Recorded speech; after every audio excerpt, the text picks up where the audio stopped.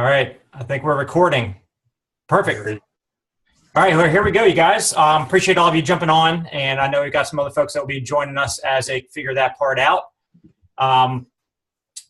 So again, just to remind you all, this is the Empire Builders Leadership Council. I want to make sure that we communicate at least once every 2 weeks to talk about leadership type topics. And so as I was thinking over the last couple of days of a few things that I think are important for all of you guys to be focused on is first and foremost, let's talk about item number one, OKC.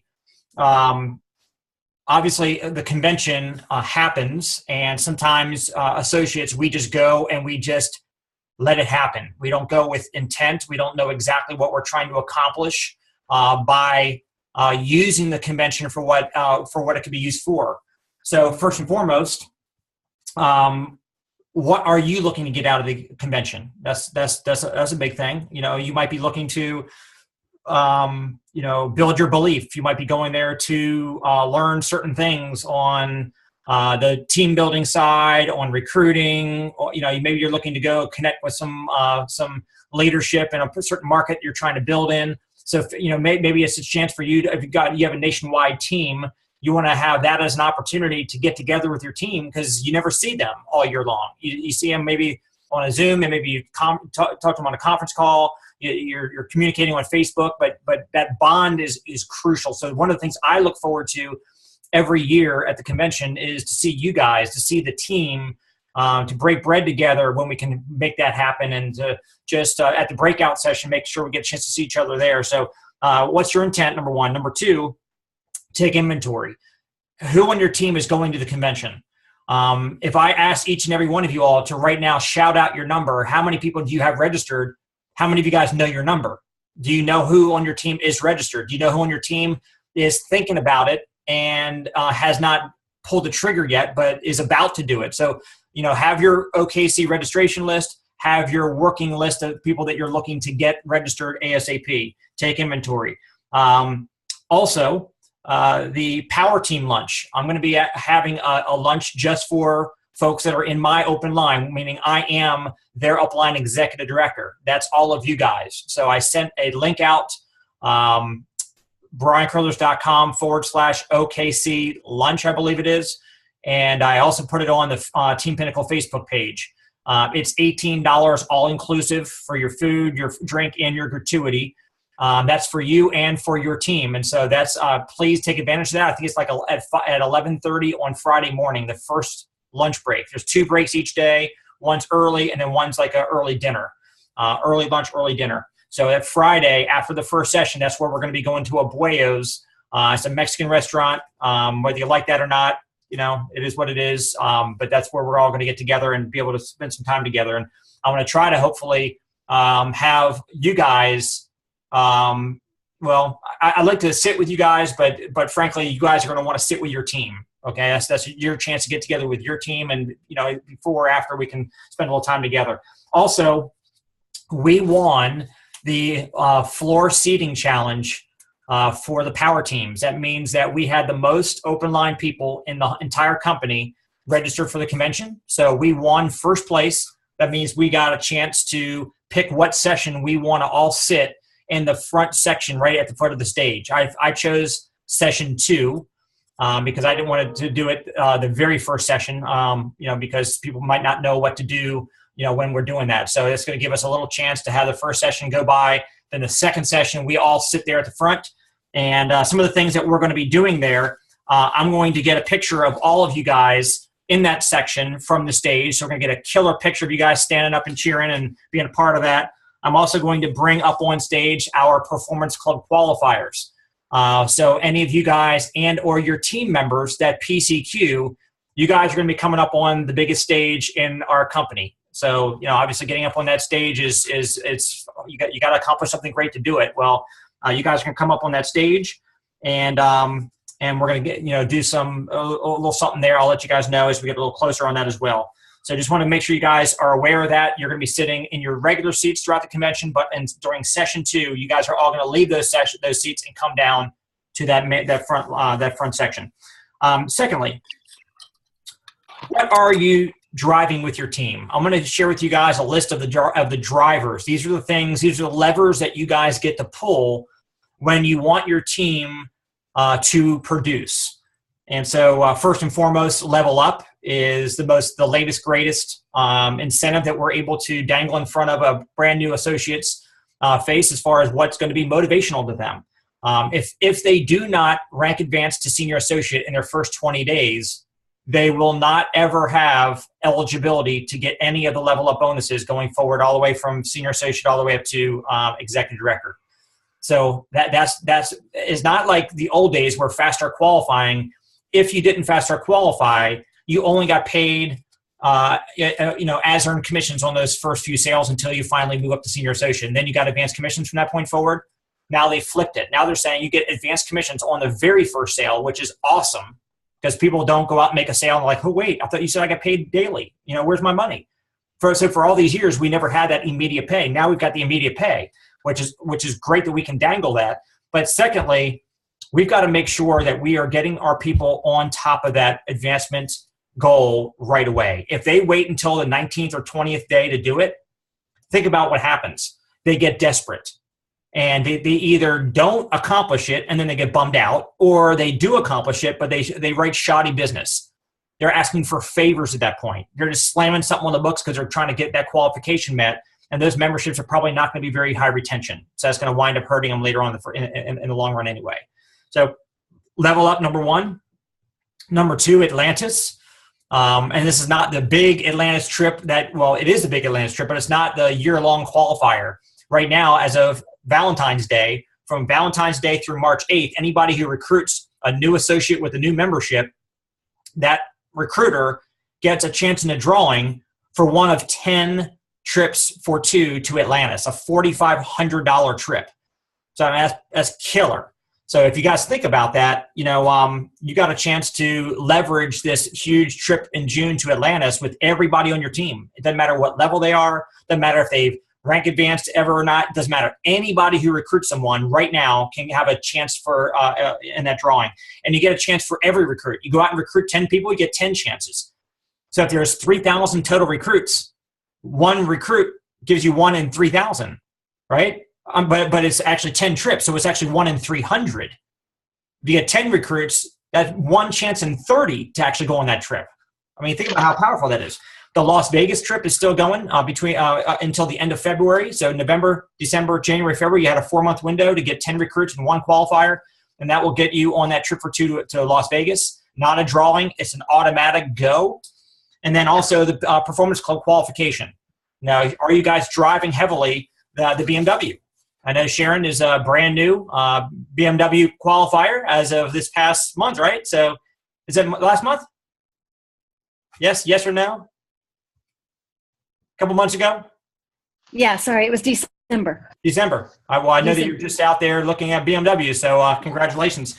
So again, let's drive that, you guys, with all of our team members. Level Up, Atlantis, Las Vegas, BMW, drive. Those are the drivers. And again, we're not anybody's boss. So if you come across like you're trying to boss people around and make them do things, they're not going to do it. You know what they're going to do? They're going to do something. They're going to resent you. So what we need to do is we need to make sure that we're always dangling into in front of them, what's in it for them. And I'm going to read you guys something. I've already read it at the power training twice. If you guys have been to my power training, you already heard me do this. Let me read this to you one more time. This is from How to Win Friends and Influence People. I often went fishing up in Maine during the summer. Personally, I'm very fond of strawberries and cream, but I found that for some strange reason, fish prefer worms. So when I went fishing, I didn't think about what I wanted. I thought about what they wanted. I didn't bait the hook with strawberries and cream. Rather, I dangled a worm or a grasshopper in front of the fish and said, wouldn't you like to have that? Why not use the same common sense when fishing for people? Why talk about what we want? That is childish, absurd. Of course, you're interested in what you want. You are eternally interested in it. But no one else is. The rest of us are just like you. We are interested in what we want. So the only way on earth to influence other people is to talk about what they want and show them how to get it. Remember that tomorrow when you're trying to get somebody to do something. So again, if you're not motivating your team, okay, here's the thing, you guys. There's a difference between being a recruiter and being a builder. being a network marketer. There's a lot of people out there that learn how to recruit and they become great recruiters, but then they can't get their team members to go out there and do anything. So being a recruiter and being a network marketing builder are completely different things. And so if you take a look at how many people you've recruited in the last, let's say, 6 months, how many of those people have duplicated you? How many of them are PC qualifying? How many of them are out there doing the business in spite of you, meaning they're out there doing presentations, or they're out putting people on the video, or bringing somebody out to a briefing, or they're going out to the Super Saturday and inviting people. I mean, have you duplicated yourself?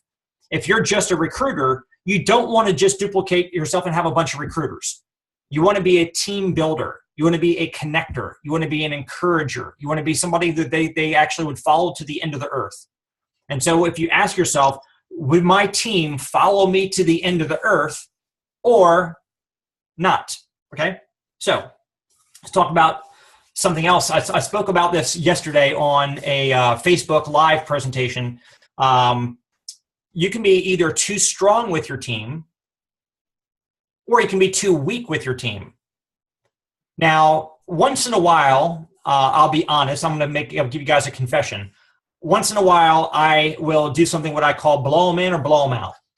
If somebody is just dilly-dallying and hemming and hawing and not doing squat, at some point I get my nerves kind of frayed a little bit, and I'm just like, come on, either you're going to fish or cut bait.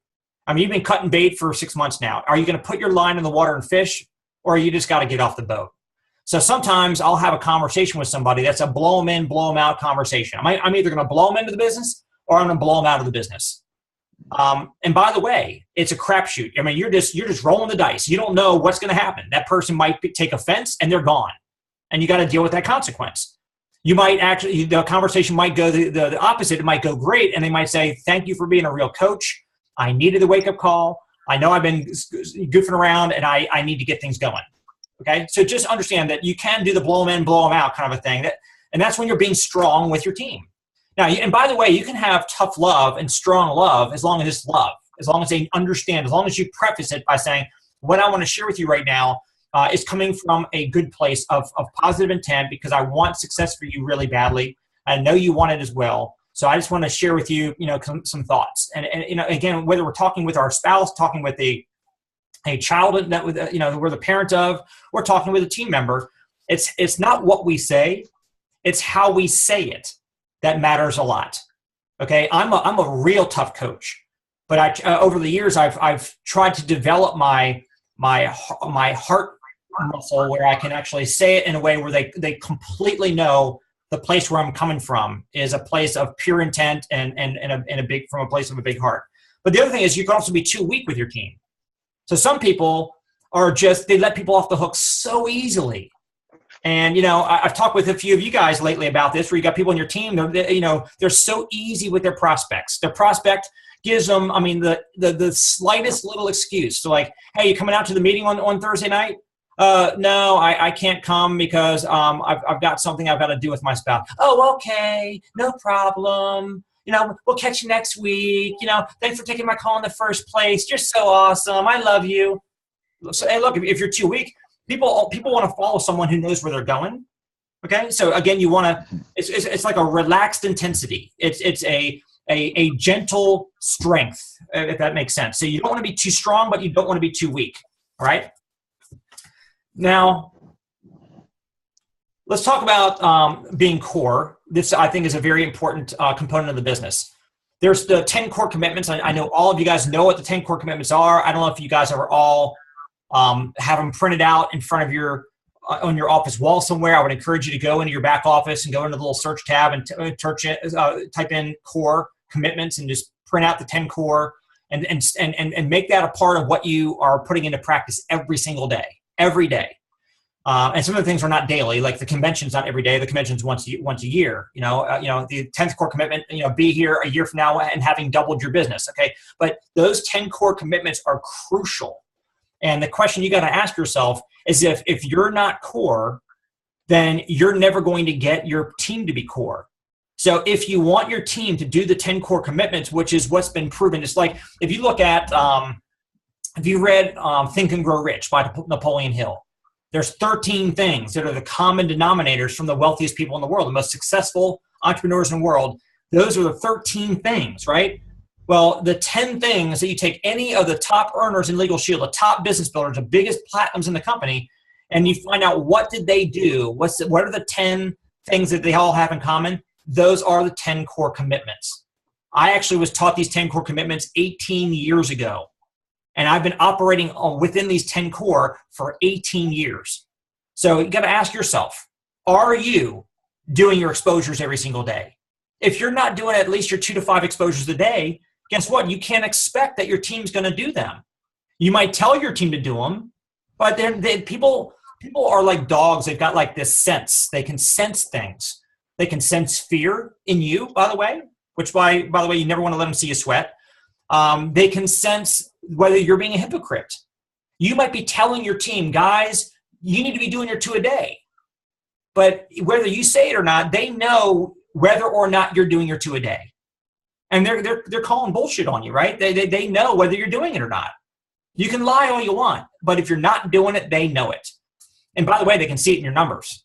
They can see it in your numbers. You know, if you're not PC qualifying every single month with 10 plus points a month, then you're not doing 2 a day. Because if you're doing 2 a day and you guys are all talented people, 2 exposures a day, just 60 a month, you're gonna get 10 points, right? So, are you core? Next thing I want to talk about here is the videos. I've had a couple conversations lately with a few folks on the team that were trying to figure out what are the best tools to use. You know, what video? Do you use a 5-minute video? Do you use a 30-minute video? Justin Peterson has some millennial videos. You know, do you use the membership video versus the opportunity video? I get it. A confused mind shuts down and does nothing. So we got to remember that people will get confused. That's why we've always got to keep it simple and boil it down. But whether the videos are effective or not, I don't think that's that big of an issue. I think that the videos that the company's got right now are good videos. Matter of fact, they were designed by the Network Marketing Council, which are some of the top builders and platinums in Legal Shield. I was one of them. We all, there's 15 of us or 14 of us that all had input. We all created the script. We reviewed, we did edits. So if somebody does not like the videos, then it's nothing to do with whether the company put out a bad piece. At the end of the day, and by the way, Ricky's asking if anybody can hear me. You guys can all hear me, but Ricky can't for some reason. I'm not sure what we can do about that. So if you guys want to go down to the chat and see if you can help him out. So here's the thing. It's not whether or not that the videos are good. It's whether or not the associate is good at promoting the videos. It's whether or not the associate is good at promoting them.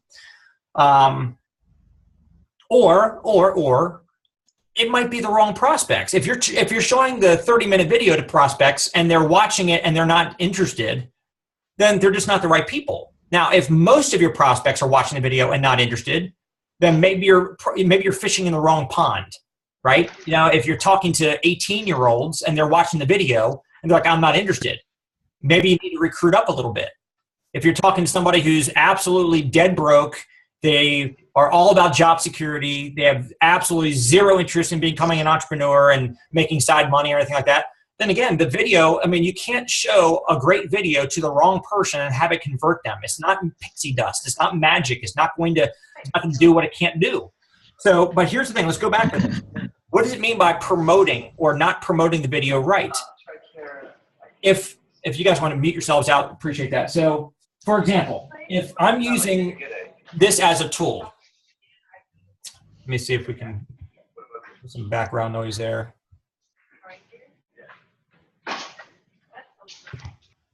Okay. All right, we got it. So, Ricky, I muted out your mic. Hopefully you can still hear me. Nod if you can hear me. Ricky, you good? Good. Okay. Cool. So, if I'm promoting this tool, my goal is not to even think about Legal Shield. My goal is to tap into the prospect's why or to their favorite radio station, WIIFM, which stands for What's in It for Me. So my goal is to get into that person's head, figure out how I can share with them that I've got some information that's going to be very beneficial to that person. So if I'm talking to somebody and they've got a lack of money, and I say, hey, look, would you be interested in reading a very short book about money that can help you go from where you are right now to having money completely as an issue out of the way in life, to have passive money that comes in whether you're working or not, to have leverage and time freedom in your life. If I shared with you a book that explained how that's possible, would you read it? Now, what I'm saying is whether it's this, whether it's be the video, whether it be a DVD, whether it be the magazine, whatever, that's just sitting on my desk here, so I use that. But the whole idea is you edify the tool. You pump up, hype up the tool. You get them to be so excited to get that out of your hand and into theirs and get their eyeballs into it.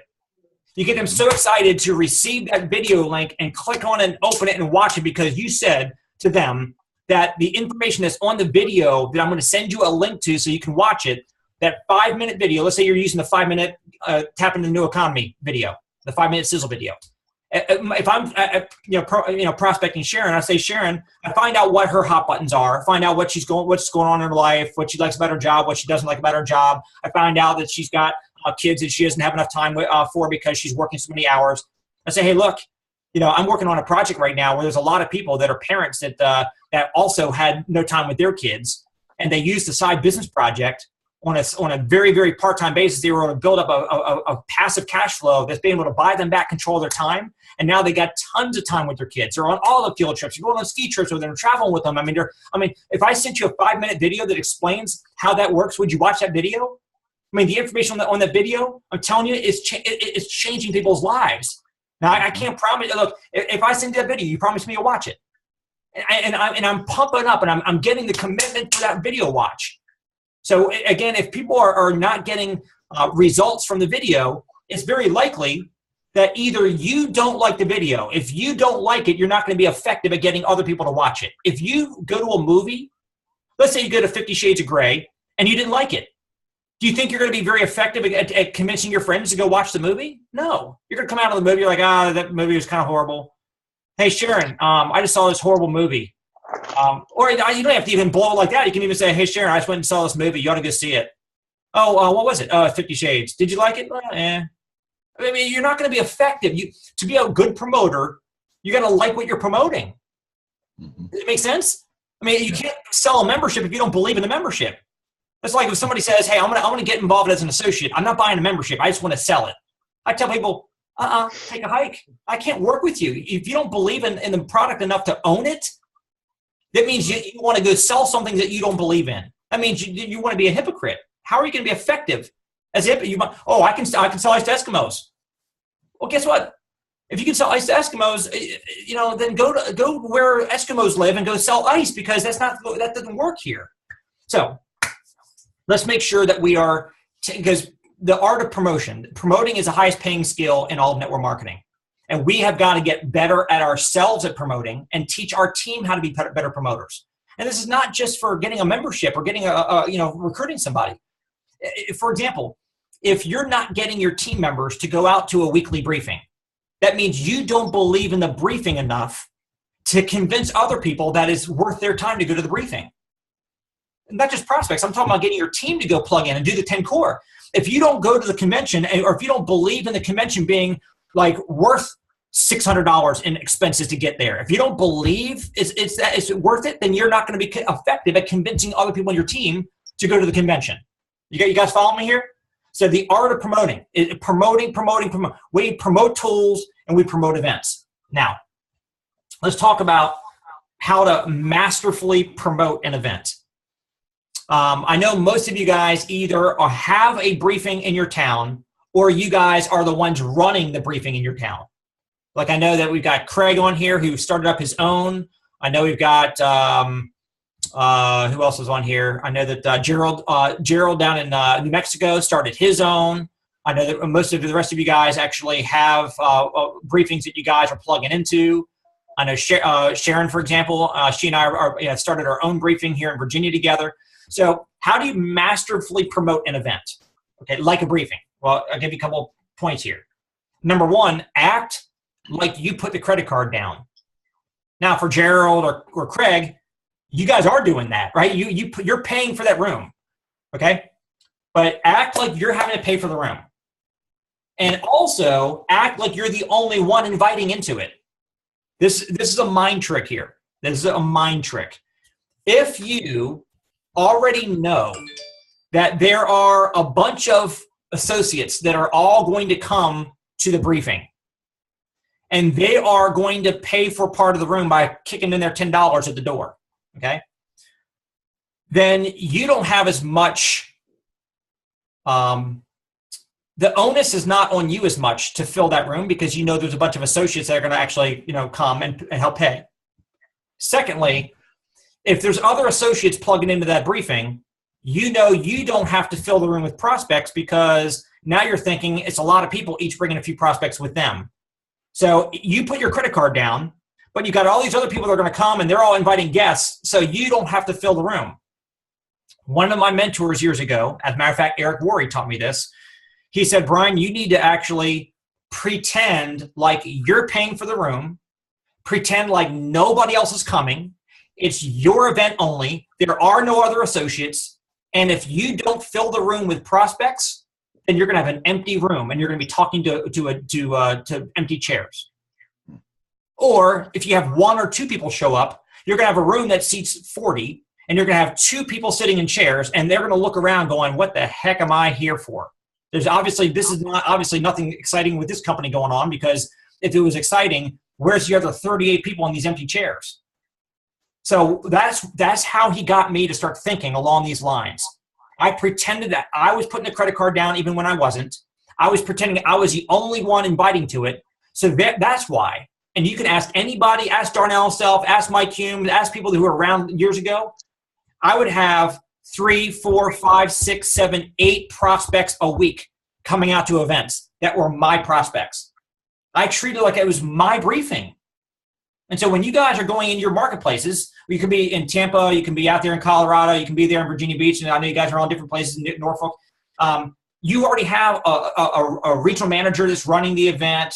They're already setting it up. They're already bringing the equipment. They're already handling everything. There's already associates bringing guests out. It's easy to play small and hide in the shadows and just go through the motions of just showing up or maybe having one prospect out there with you.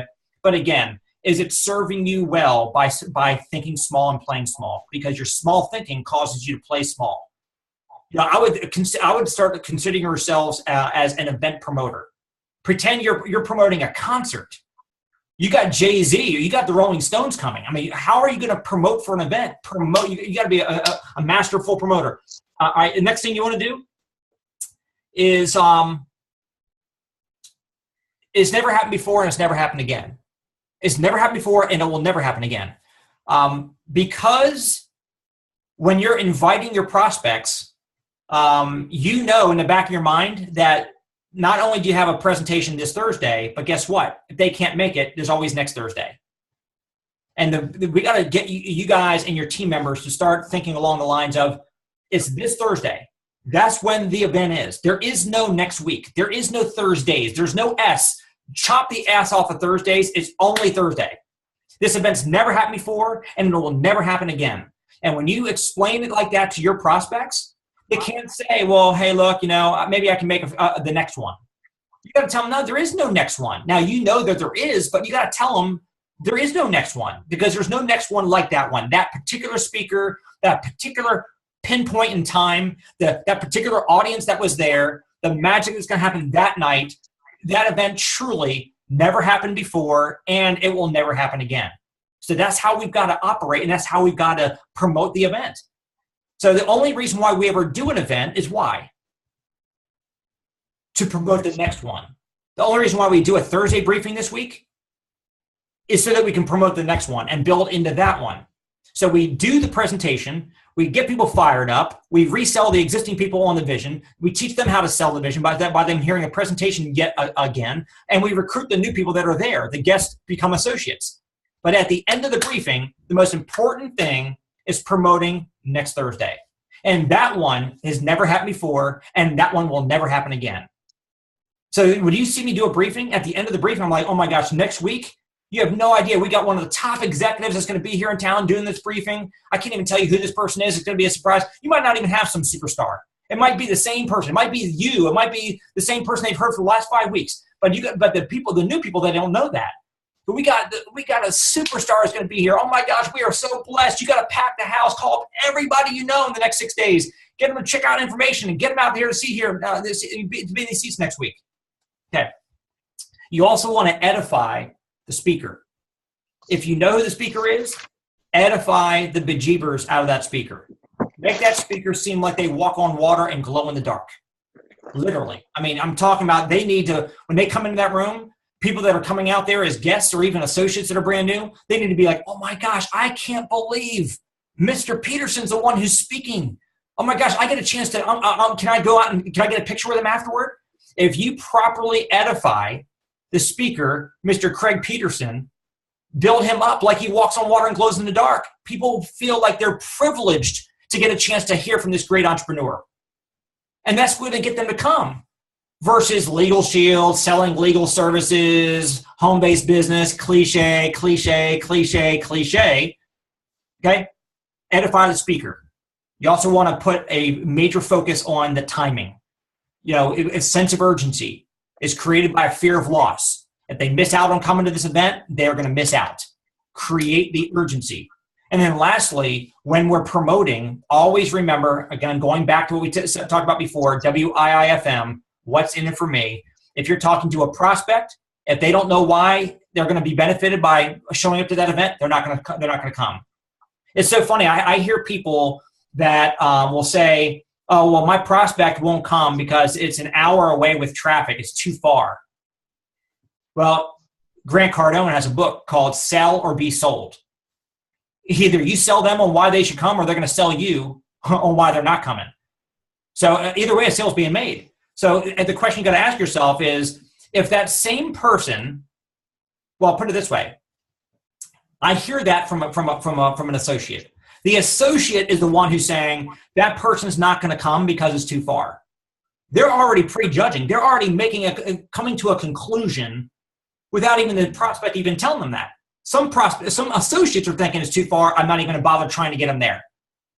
But I guarantee you, if they're a staunch Republican and Donald Trump was going to actually be speaking there, people would drive hours to there, right?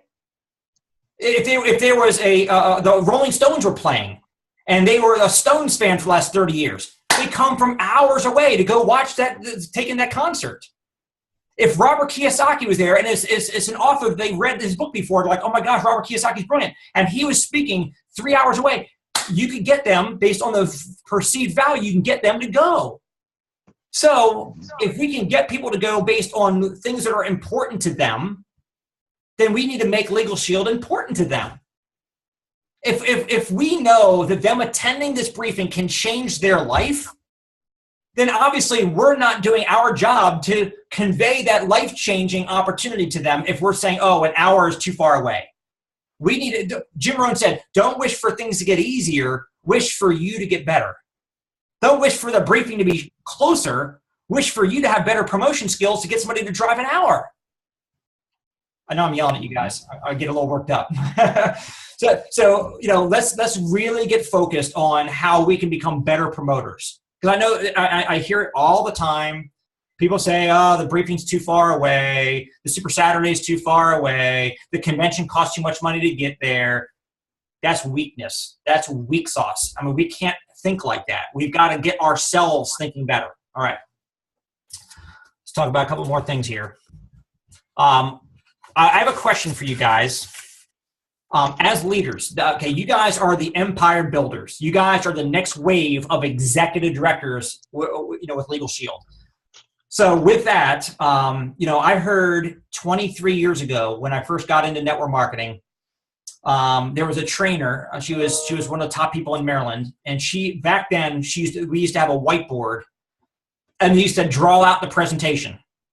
They draw out the product. which back then was for me was long distance services and telecom and prices and all that. And then they draw out the compensation plan and they show you they draw out circles, the old Amway days where they draw out the circles. It was a whiteboard presentation. And she said, the person with the pen makes the most money. What does she mean? Now it's like the person with the clicker. The person, the presenter makes the most money. The trainer makes the most money. So we teach in network marketing that you want to be system driven. You want to rely on the system. Don't rely on you being the best. Just plug into a great system and drive the system. But eventually, you need to step up and become a part of the system. You're going to still be using the system, but then you also become a part of the system. Eventually, you're going to be doing some of the PBRs. Like right now, like the new people come on board, part of the system is they've got an upline that's going to help them do PBRs for them. But eventually, but who is doing their PBRs? There's got to be an upline leader somewhere. Somebody's got to say, you know what, I'm going to be a part of the system. So are you guys doing PBRs? Are you doing PCCs? Are you hosting luncheons in your marketplace? Are you speaking at the briefing?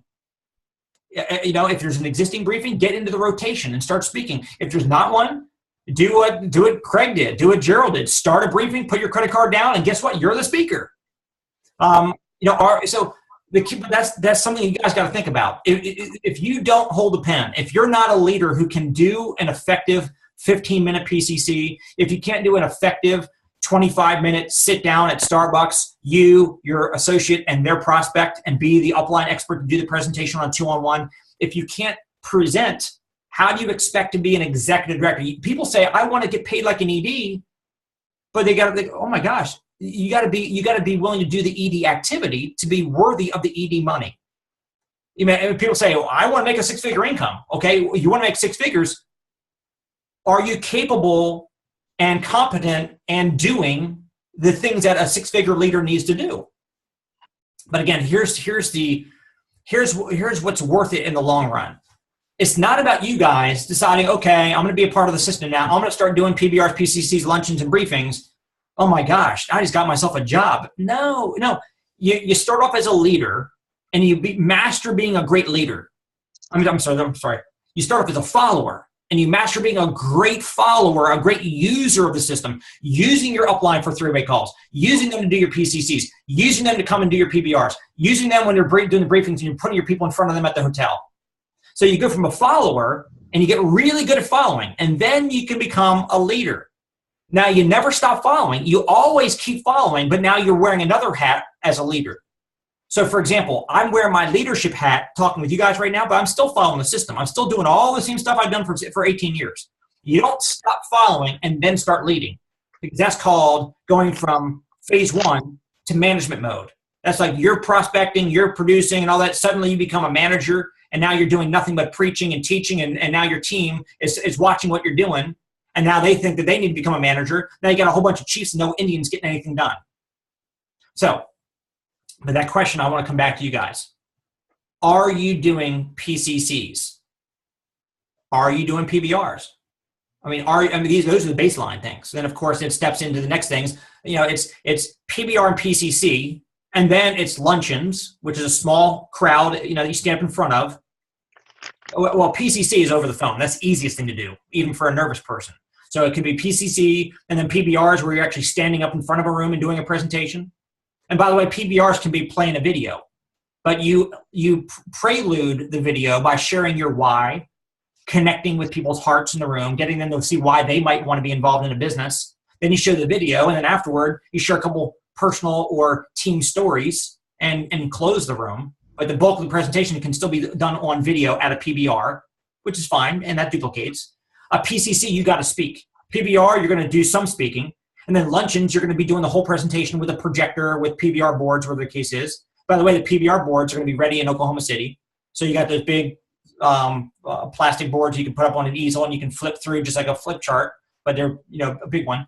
And of course, you go from the luncheons to the briefings.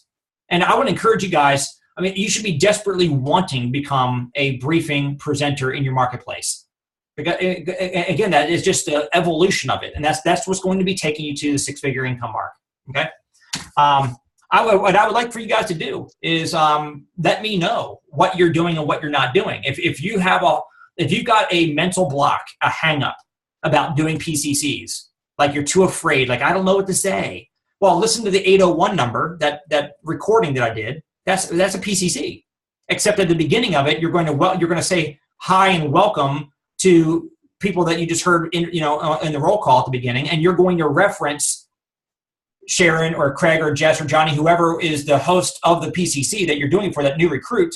You're going to mention them by name, and then you do your presentation at the end. You're going to go back and mention them by name and say, hey, by the way, Sharon and I are building a great new team, and we're putting together this initial core team. And those of you guys who get involved right now are going to be, the timing is perfect because everybody that comes aboard after you are going to wind up under you. So that's why you want to get back with Sharon right away. So you can actually edify Sharon, talk about how excited you are to build a business with her and with her friends, which is those people you're talking to. So you can personalize a PCC. So listen to the recording a few times, take some notes, and all you're doing is what? You're doing a condensed briefing. You're just making it way shorter, 15, 20 minutes max. Your story, the company, the need, the product, the comp plan, the timing, close. Simple, right?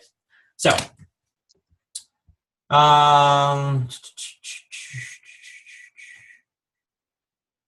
that's all I had for today. So at this point, and this is very, very important, you guys know what you need.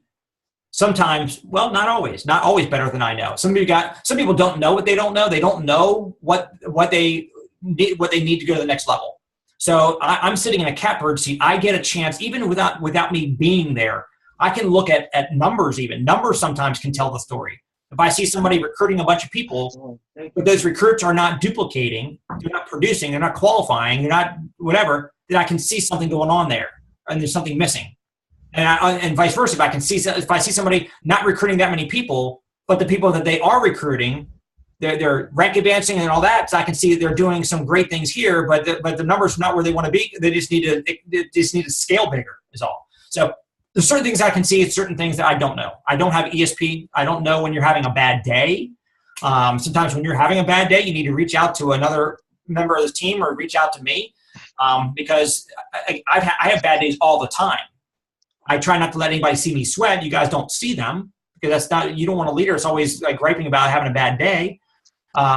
So with that being said, if you guys want to maybe share something that you might want to get some answers to, share something that you've got going on in your team that you might want to share with everybody else. Maybe it's a question. Maybe it's, hey, this is awesome. Here's what's working. And maybe it'll inspire other people. So floor is you guys.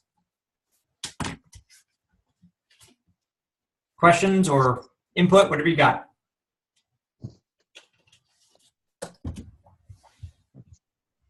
If we can't hear you, just hit the chat, and I can always read it off if you guys can't speak.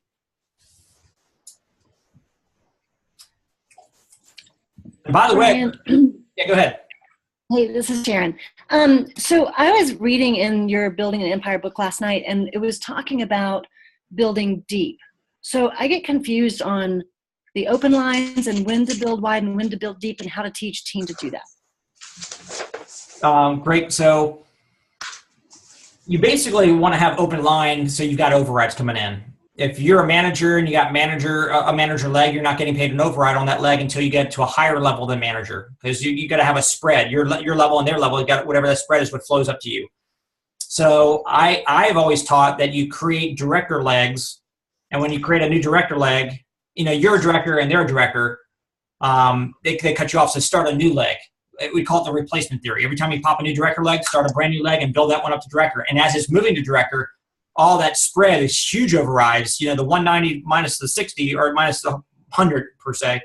Those overrides there, that's a $90 override versus a one level differential that might be a $20 override if you're a director and they're a senior manager. So always chase the comp plan. The comp plan is going to dictate the proper behavior, and the behavior that we want is for people to work with the people that are new, they need help. You're going to get paid a lot of money in overrides on them. The people that, if you're a director and you got a director here, that director should be doing the director work that you once upon a time were doing. That's why they're getting those overrides now. And by the way, once you're a director and you got a director and director leg, you're most likely going to be a senior director or an executive director, which means you're getting another $40 and another $50 override on top of the director baseline commissions anyway. So, but then you'll have people that are at your all's levels where you're not an ED right now. Maybe you're a director or a senior director, and you got some people that maybe have hit senior manager or even manager, whatever the case is. They're still open line to you. Open line means they're at a lower level than you are. Like for me, an open line, I can look at an open line as less than ED, or I can even look at it as a platinum open line, a leg that doesn't have a platinum in it, cutting me off from the platinum money. But I always talk ED open line. So you guys, I am your first upline executive director. So you guys are open line to me. I get a $50 override on all the sales that are happening in your all's organization based on a $39 combination. When you go executive director, you're now going to be picking up that $50 override that I've been getting. So now you're going to take even more leadership role with your team. Okay. So right now I'm spending, for some of you guys are using me more than others, but I should be spending time helping people on your team that need help as you guys are building yourself into an executive director type leader. And then once you're there, the company actually starts taking money that I was getting and they give it to you. And now you're paid as that leader, and you're going to do more of the three-way calls and more of the presentations and all that kind of stuff. Okay. Thank you. Yep.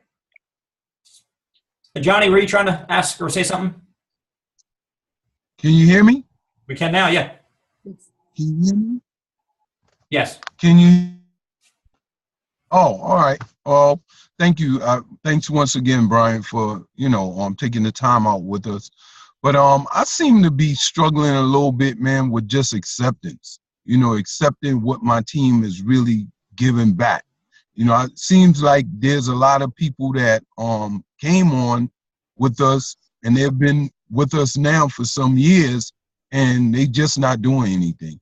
And sometimes I take it a little personal, and I feel that that's where I'm struggling at. I cannot take things personal that people are doing because it's their business. I think you mentioned to me before the name of the game is recruiting. Just, you got to recruit, and don't get it out of order. Eventually, I'll run into the people that's willing to do what they say they want to do. So those have just been, that's just been some of the things that I've been going through. I've been actually working this business, seem like alone, for a couple of years now. And that's why you see my numbers is basically membership.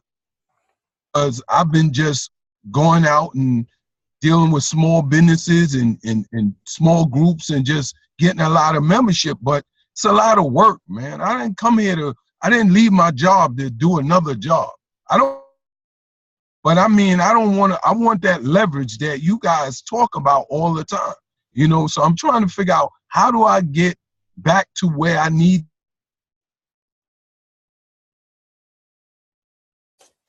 It was helping them get plugged into the system, and then all of a sudden it just fell off. So I'm like in a rut right now. Well, let me address that for you, Johnny. I appreciate you sharing that. First of all, so yes, you need to recruit the numbers, but don't fall back into, don't fall into the mode of just becoming a recruiter. Yes, you need to recruit more people to replace the ones that have died off and are not doing anything. But if you actually just focus on nothing but recruit and throw them against the wall and hopefully somebody sticks, that also will cause you to have the same outcome. You'll have a revolving door, and you look behind you, have a whole bunch of carnage behind you. So don't just be a recruiter. You got to be a recruiter and a caretaker. You want to be a nurturer. You want to be not a caretaker, but a nurturer. Somebody, because when they come into the business, if they don't care how much you know until they know how much you care. Everybody's got different personalities, by the way.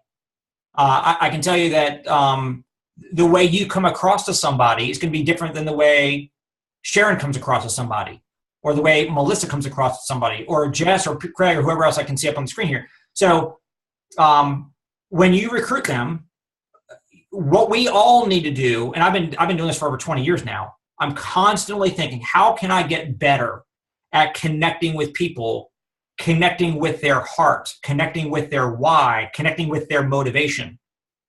Because it's not a hard thing to show somebody, have them read a book, have them watch a video, have them come out to a briefing. It's not hard to recruit someone.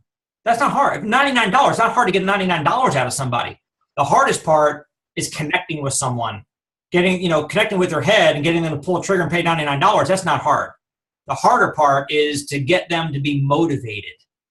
The same business, the same wind blows on us all, right? That's what Jim Rohn always said. Right. It's not the blowing of the wind, but it's the setting of the sail that determines your destination. So, how can we get these people to be motivated and to go perform and not make it seem like we're trying to get them to do it for our reasons? You guys are trying to be executive directors, and you're going to get frustrated because you're like, gosh, dang it. I mean, I need 50 sales. If I just get these 10 people on my team to just go get 5, I'll be there. The problem with that is what you just said. Even if you didn't say it, it's what you just thought. If I can get these people to go get 5 each, I will get my goal. And people can hear that even when you're not saying it. They know you care so much about your goal. We all do. Everybody's got goals. If you don't have goals, then you're also dead in the water. So you got to have goals. But it's a trick. You figure out your personal goals. You put them up on the wall. You know that they're there. You know you want to accomplish them. But then you got to retrain your brain and your eyesight to focus all day, every day on what I just read about how to influence and influence people. Train your eyes on the fish. They don't want your strawberries and cream. They want a worm. So how can you get off of your goals and get on to the goals of your team and always be doing everything humanly possible to help them achieve something that's going to benefit them? If they can make 2 sales a week at the senior associate level, making $120 a pop, that's $240 a week, that's $1,000 a month. How can you get them excited in their brain about $1,000 extra a month on top of what they're making right now? If they're making $4,000 a month at their job right now, and they get a 25% increase by making 2 sales a week, if you can paint the picture and show them they don't need to do that much for them to have a meaningful impact on their life, and you keep on talking in terms of what this is going to do for them, and you can ask them, what will you do with an extra $1,000? Ask them, what will you do with it? Oh, I would pay this bill off, or I would put my kid in this school because of that. Man, now you got them. You got them right there by the heart, not by the neck. Some of you guys are going for the neck. Go for the heart.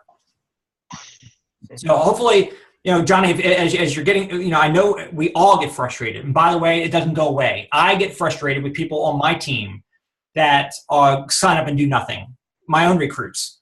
I get frustrated with people that I see as an upcoming leader on the team, and they're doing well, and then suddenly they kind of fall off a cliff because of all kinds of different reasons.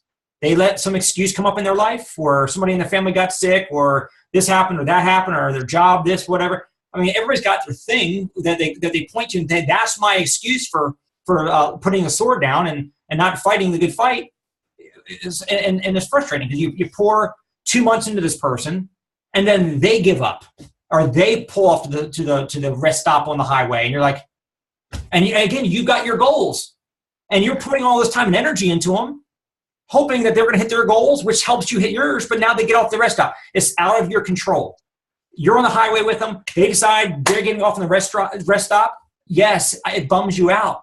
That person that was going to produce 10 for you for your ED qualification, now they're not going to do it. You can't get mad at them, right? Because it was their business. You can try to inspire them to not let the distractions take them off course. You do all you can do. But 10 years from now, we'll all be talking. You guys be platinums, and I'll be a titanium or something like that. And guess what? We're all gonna be having the same conversations. You're gonna be sitting there going, man, I can't get my EDs are making $100,000 a year. I can't get them to go out and go for $250 a year. Okay, we're always gonna have problems why people are not wanting to do as much as we want them to do. Even if we want them to do it for their reasons, they still won't do it. It just is what it is. Right. So Johnny, I know what you're going through, my man. Just go out and find some new blood, bring them on board. Love the heck out of them, care the heck out of them. Go over their goals with them until you're blue in the face, and guess what? You're going to find some people that are going to go for it. All right, thank you. Appreciate it. Appreciate that. I like that sweater. Anybody else? Yeah, thanks.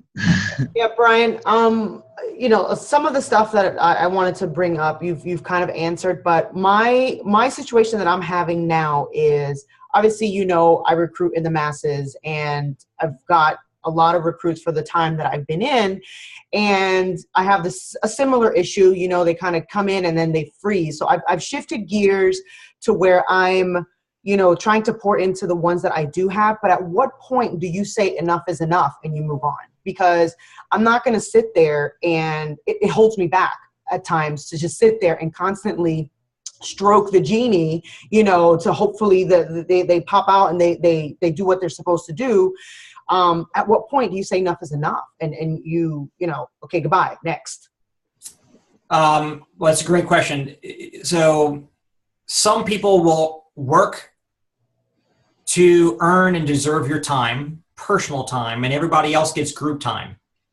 So if you have a team conference call, a team Zoom, team whatever, everybody gets invited to that. Everybody feels the love from you on there. You don't like look down on people or talk over people because they're not producers. Everybody that's there, they all get the love. But then you spend your personal time where you're personally reaching out and calling the ones that are actually deserving your time. You work with the willing. So, for example, I've got 14 of you guys are a part of this little group here. Out of thousands, the thousands all get to plug into the conference calls, the events, the convention, the breakout, and all that. They all get to plug into all that stuff. But then you're gonna figure out who are the superstar studs, the workers, the ones that really want to do it, and they're doing the things that are necessary. That's who you're gonna spend the most quality time with on a personal basis. But you got to be very careful. Some people, it's just not their season yet. Remember, we recruit people when we want to recruit them. And most of these people that we're recruiting, they didn't come knocking on our door. Hey, can you recruit me? We hit them up. We showed them an opportunity.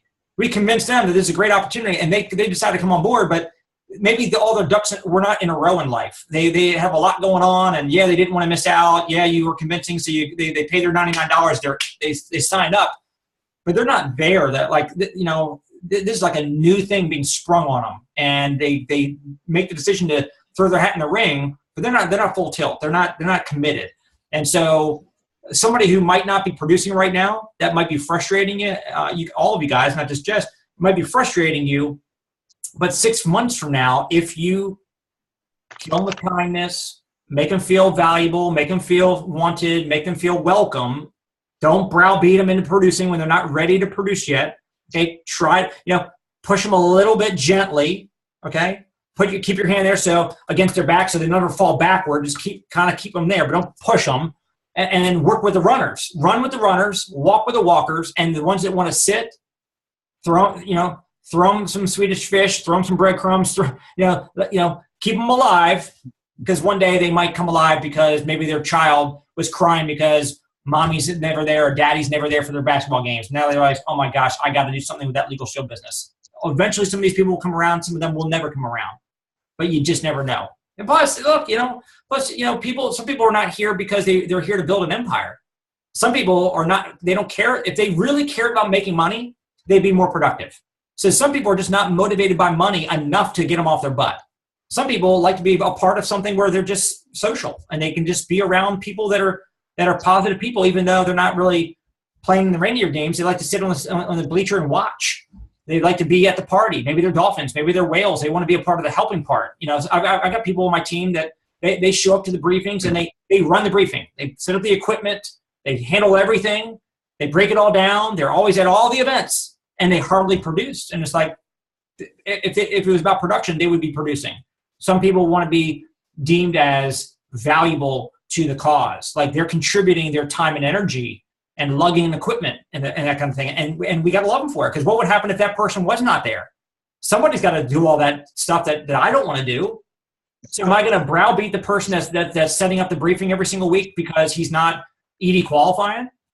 If he wanted to qualify, he'd qualify. So, let's love them for what they're bringing to the table. They might not be looking to get out of this what we all want to get out of it, which is you guys all want to be exec directors and ring earners and that kind of thing. Thank you.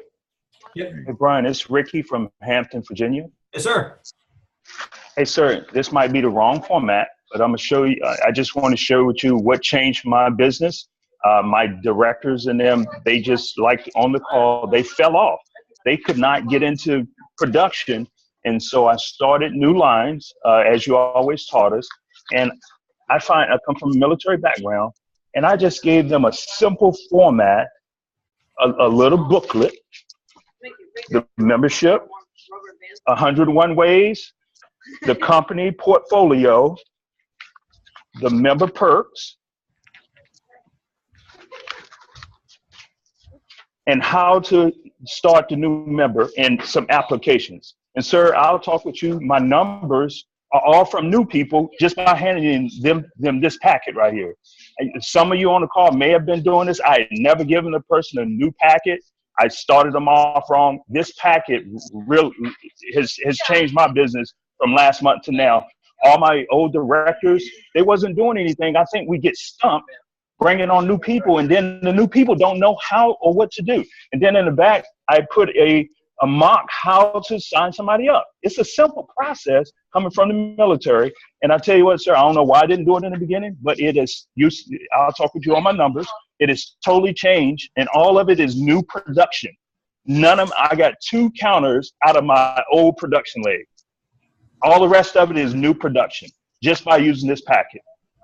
And it looks like to me that's focused mostly on the membership. So they're out there selling, they're focusing on leading with the membership first, right? Yes, sir. And then they're recruiting later. They're focusing on the membership, but they are recruiting people because they see how simple the process is. Yeah. Yep. That's great. That's great. And by the way, there's 2 different philosophies. You can lead with the opportunity, talk about a business money-making opportunity. And when you do that, you're going to show them the product and the opportunity and the comp plan and all that. So you're always still going to show them the product. But what Ricky's talking about is he's giving them all those supporting materials to empower them to go out and talk to their friend, to talk to their sister, talk to their mom or whatever, and sell them a membership. Okay? And that's cool, because if they go out and get paid and now they've made money in their new business, that's going to make it easier to go out and recruit somebody, because they can say, I just sold up 4 memberships and just made, $240, whatever the case is. So I love it. That's great. And then my new people, they're recruiting their friends because they see how simple it is. They don't know what they're doing. They can follow this document. They're saying, if you do this, Joe, and you made $330, I can surely do it. I know I can be better than you. It's that simplistic process, and it's changed, and it's less work on my behalf as well. Love it. Love it. Good stuff. Great. That's the power of the mastermind. You guys can pick up some great ideas. Anybody else? Absolutely. This is Craig. Yeah. I just, I'm holding the briefing up here in Fairfield, and we've been there for about 7 months now. It's always a struggle because we have people not only in my team coming in, but the other associates and have been hanging around and coming. We finally started something though. I don't have a copy of it, but I do. But 2 weeks ago, well, 3 weeks ago, I guess, one of the area directors here, his name is Tony Eggers, he came and he spoke at our briefing, he's a friend of mine. And he came up with this thing that Paul J. Meyer had years ago. It's called the report or review of monthly activities report. Yep. And you probably know what it is. The KPIs, the KPI benchmarks. Yeah, it's really, and I hadn't seen it for years. I mean, but I knew of it, but it just kind of was out. It actually helpful to me. And what I found is we put that out there to the associates that are attending the briefing every week. And I reworked it a little bit so it looks a little bit more appropriate to our briefing, but it's the same thing. And what I found is just in 2 weeks already that those regular associates are coming every week. That's part of the little training right after the briefing. For just like, bring your reports with you. And we'll kind of go over them, make sure you're doing them right, to talk about your successes in them, your failures. Did you get anything done or not? But what I found, I don't know how, over time, we'll see how it works, but I'm pretty enthused that finally, I think we found something that all these independent associates from all over the place have a reason to come together and help each other, each week, and actually get to talk about their successes and say, this is what I've done, and this is what, So I don't know, we got to come up with something, because I find the difficulty in having I love hosting the briefing. I mean, I'm absolutely so glad we're doing it, and it's there for everybody. But it's also a bit of a challenge when you've got, like you said, your credit card on the line. You're building your own. We're building our own teams, trying to get people there, and then people are coming and they take it for granted, like it's there every single week, or it's not really much there for them. Or they're going to come and go have something to eat afterwards, and a social thing. But having some kind of activity more than just ordinary training, some kind of accountability to the meeting is kind of a nice thing to have, I think. And it seems to be going over well, because the people, those associates that are starting to use this, it's teaching them a couple of things. First of all, be accountable to themselves, but also being accountable to other people and accountable to the briefing. And if somebody new in the business is going to see them doing it, to teach them a little bit how to be accountable. Mm-hmm. Hopeful, that works, because I didn't want to have a briefing that's a social event every week. And that's I look at having a briefing like this. If I went out, for most of you don't know, I used to run automobile dealerships, and I owned 2 of them over the years. And you put up a big investment to go buy one of those places, and you don't just go buy it or put money into it and invest in it, without wanting to get something out of it and making it work, and you want to make it work well. The briefing to me is an investment in my business. It's a commitment. I committed to a year at a time, a contract with a hotel. It's a big investment. It's my rent factor for all intents and purposes in my business. It's there to build my business, but it's open and shared with everybody to use, because everybody growing and building, I learn from them. They help me, I help them. I'm accountable, they're accountable. So I just encourage, with the briefings that we have each week, to find a way to get people engaged, in their own businesses, to get them engaged in their own businesses.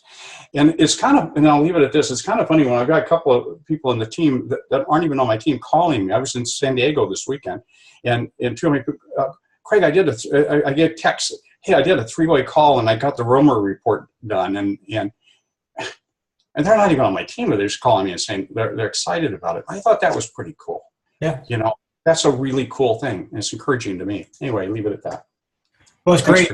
And I think, always thinking about what you can do to add value and to make people feel like they want to come to the briefing.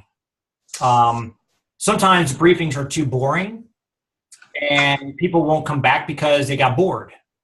Sometimes they're too exciting, like people are too overboard on it, and people won't come back and get scared. So there's always a happy medium with the briefing. And then also, one of the things that many of the best briefing builders have done over the years is they do an event after the event. They do your briefing from 7:30 to 8:30. You finish at 8:20 with your testimonials, and you wrap it up. So by 8:30 at the latest, it's 1 hour at the latest, it's done. People can have their circle up for 5 or 10 minutes, get their applications filled out, questions answered by the experts in the room and all that. Some people will do a short little training afterward and then roll, or some people will actually just go roll right to an event after the event. And that's where the social time happens, where people get a chance to have a bite to eat, and they can meet the new people. People get to share their stories. And we try, it doesn't always stay on track with like business conversation, but the leaders that are there try to keep the conversation on things that are business related or personal related, where it's not about just what's going on in the news or whatever, but it's on purpose. Like we always have to be on. You guys as leaders always have to be on. So at 8:30, the presentation's done. 8:45, applications are done, and you guys go down to the local, IHOP or the local, burger joint or TGI Fridays or whatever restaurant's there. And the leader needs to make sure that people are using that as a bonding opportunity. It's not just a chance to feed our face with some food, but it's a bonding opportunity. It's a chance for the leader to pluck out somebody's why in that conversation, find out what they're doing this for, get the new people to hear a couple people success stories, so you can use that as a way to see, anchor people into the business, and a chance for you to show your leadership and show how much you care. If you're just there and you're just completely goofing off, okay, yeah, you accomplish it. Everybody thinks you're a goof.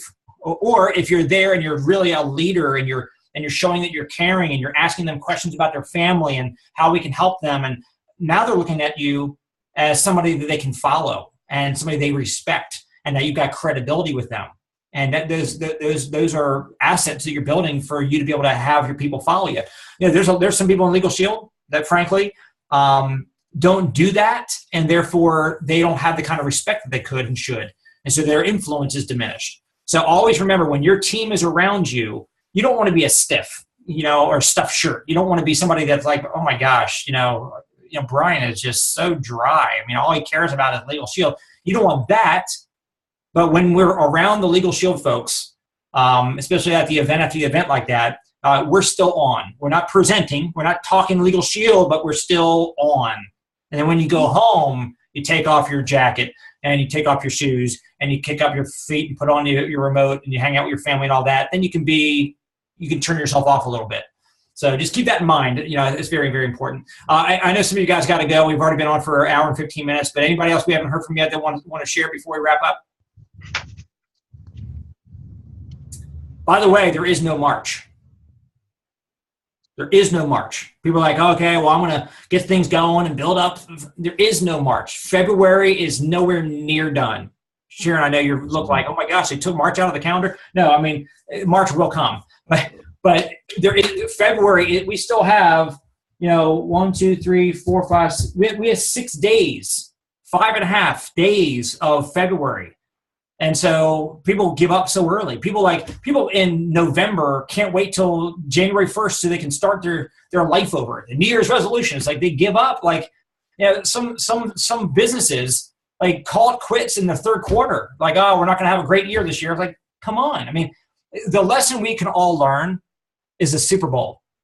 I don't care if you like the Patriots or not. I don't care if you like Tom Brady or not. I mean, my son in the second quarter was like, this game is a blowout. There's no way they can come back. Third quarter, he was saying the same thing. Like, Talon, you can't roll out any. If somebody's good enough to be a quarterback in the NFL, somebody's good enough to get into the Super Bowl as a team, you can't count them out. You don't know what can happen. If you're counting yourself out for executive director this month, for example, in 5.5 days, I've seen people in 2 days get 42 sales. Sitting in 2 days left, 8 counters, 42 sales, win executive director. When there's a will, there's a way. If there's a gun to your head right now and somebody said, come March 1st, if you're not an ED, I'm coming to your house. I know where you live. I'm coming. I got my gun. It's loaded. It's a weird thing to think about. I just watched Fight Club again at the hotel room in Houston after the event last weekend. If you ever watched Fight Club, with Brad Pitt taking that kid out back behind the convenience store and saying, if you want to be a veterinarian, you better go to school because I know where you live. In 2 weeks, I'm going to come back. If you're not in vet school, I'm gonna kill you. Guess what? I guarantee that kid went and enrolled in vet school. So don't let yourselves off the hook. Give it all you've got.